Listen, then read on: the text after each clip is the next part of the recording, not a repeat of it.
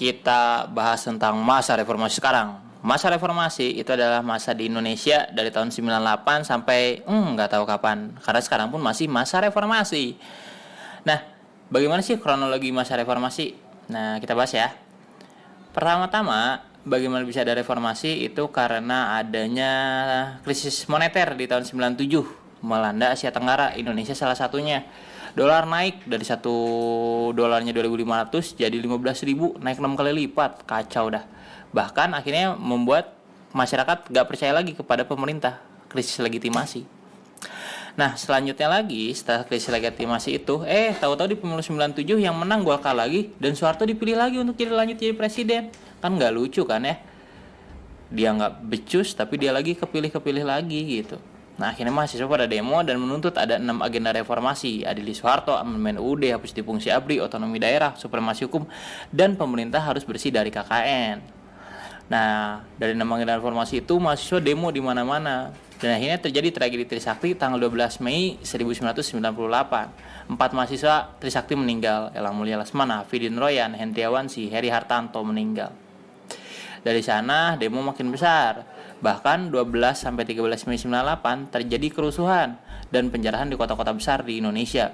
Jakarta, Solo, wah banyak lah di mana-mana, bahkan banyak yang diperkosa-perkosain. Nah, kemudian tanggal 18 sampai 20 Mei 98 gedung DPR MPR diduduki oleh para mahasiswa. Benar-benar diduduki, dikuasai semuanya sama mahasiswa. Dan akhirnya hari yang ditunggu terjadi. 21 Mei 98 pukul 9:05 Soeharto mengundurkan diri dan dia diganti oleh wakil presidennya. Siapa? Yaitu Habibie. Nah, jadi setelah digantikannya Soeharto oleh Habibie, oleh Pak Presiden B.J. Habibie, maka Indonesia masuklah ke masa reformasi dan ini adalah presiden-presiden masa reformasi.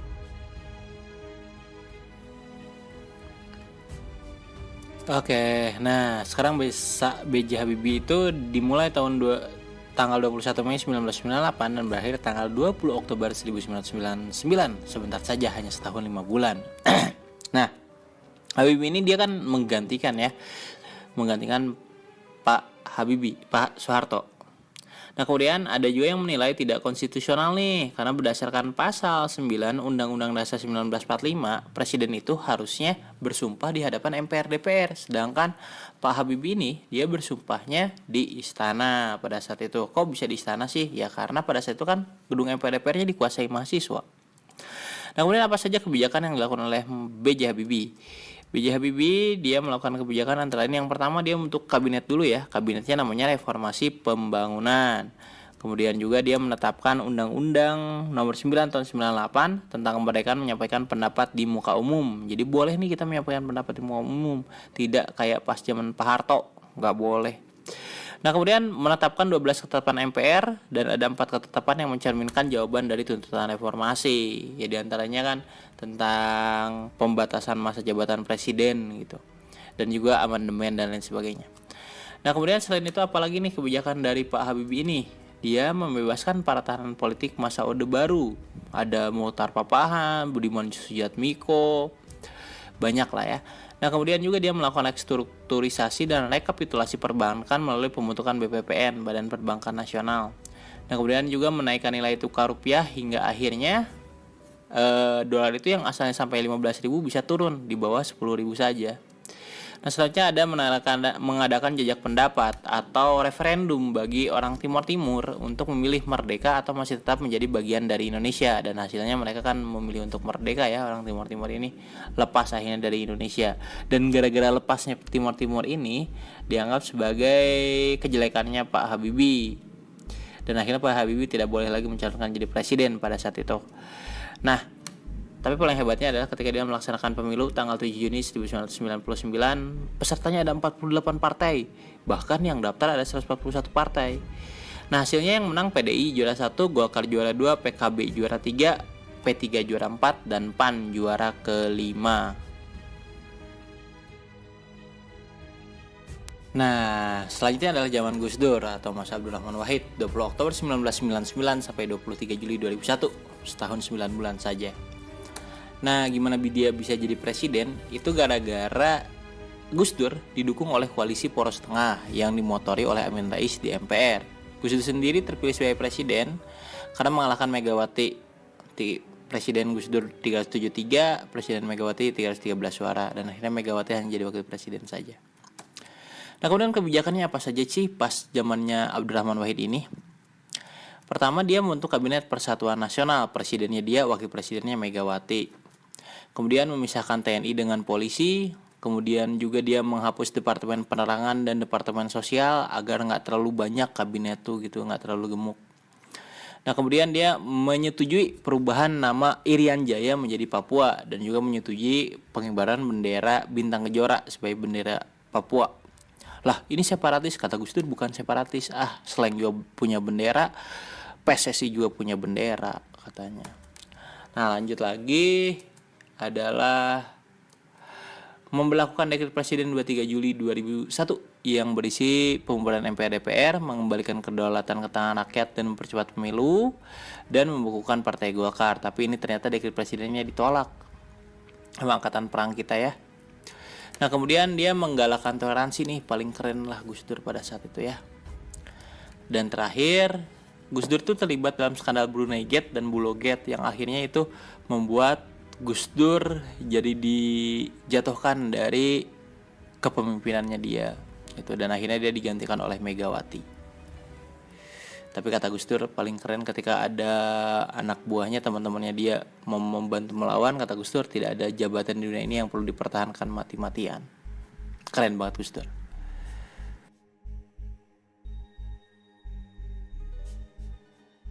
Oke, selanjutnya masa Megawati ya. Dia dari tanggal 23 Juli 2001 sampai 20 Oktober 2004, 3 tahun 3 bulan saja. Jadi nggak sampai beres 5 bulan. Nah, kenapa dia bisa jadi presiden? Ya karena menggantikan Abdurrahman Wahid atau Gus Dur ya, yang dilengsarkan oleh MPR. Megawati sebelumnya adalah sebagai wakil presidennya Gus Dur. Nah, apa saja kebijakan dari Ibu Mega ini? Dia pertama bentuk dulu kabinet, namanya Kabinet Gotong Royong. Kemudian membentuk KPK nih, keren dia nih, gara-gara dialah akhirnya KPK bisa berdiri. Kemudian privatisasi BUMN, dianggap noda hitamnya Ibu Mega nih, karena dia jual-jualin BUMN, salah satunya Indosat, Telkomsel gitu. Nah, kemudian juga menunda pembayaran utang dan mengakhiri kerjasama dengan IMF. Kemudian dia memberikan otonomi khusus untuk Aceh dan Papua. Nah, selanjutnya dia pun yang menaikkan pendapatan per kapita Indonesia nih. Kemudian adalah pelaksanaan pemilu 2004 yang diikuti oleh 24 parpol. Nah, dari 24 parpol ini dilakukan tanggal 5 April 2004, dimenangkan oleh Partai Golkar, dan Pilpres secara langsung pertama kali adalah pas zamannya Ibu Mega ini. Nah, dilakukannya 2 putaran 1 5 Juli 2004. Ada 5 pasang calon, ada Wiranto dan Salahuddin Wahid dari Golkar, Amila Isiswono dari PAN, Hamzahas Agung Gumelar dari P3, SBJK dari Partai Demokrat, Mega Hasyim Mujadi dari PDIP, dan yang menang adalah ya di putaran kedua karena kan gak ada yang 50% tadi. Yang menangnya adalah SBJK, padahal SBJK itu dulu adalah menteri-menterinya dari Ibu Mega. Jadi Ibu Mega dikalahkan oleh pembantunya sendiri. Seperti itu ya. Dan akhirnya Indonesia punya presiden yang baru namanya SBY.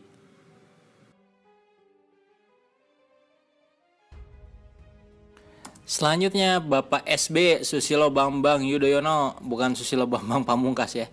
Nah, 20 Oktober 2004 sampai 20 Oktober 2014, 10 tahun, 2 periode sampai pensiun dia ya. Nah, dia jadi presiden karena memenangkan pemilihan presiden secara langsung yang pertama kali dilakukan di Indonesia dengan mengalahkan pasangan Megawati dan Hasyim Muzadi. Nah, 2 kali dia mengalahkan Bu Mega ya, Pak SBY ini. Nah, apa saja kebijakan yang dia lakukan?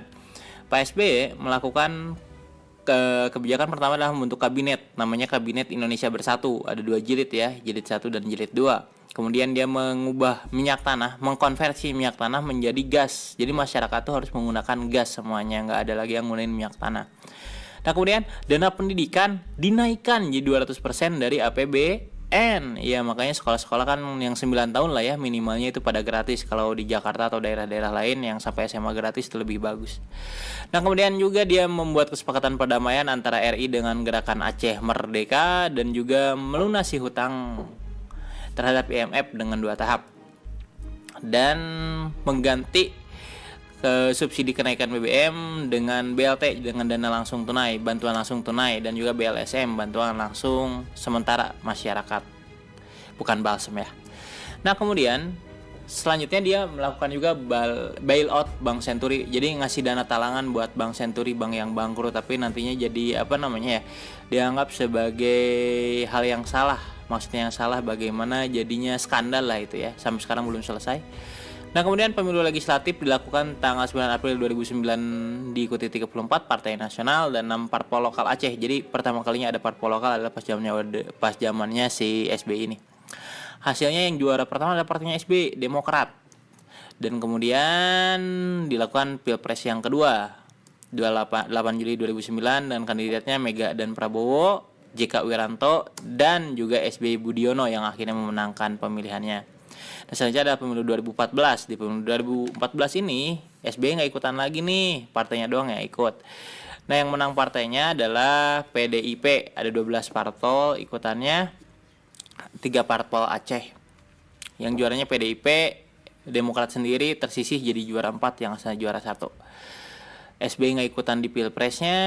Pilpres 9 Juli 2014 kandidatnya ada 2, ada Prabowo dan Hatta Rajasa nomor urut 1, dan ada Joko Widodo, Yusuf Kala, dan yang menang adalah pendatang baru yaitu Joko Widodo dan Yusuf Kala sebagai pemenang. Disitulah kita mulai lagi punya presiden yang sipil. SBY kan asalnya militer.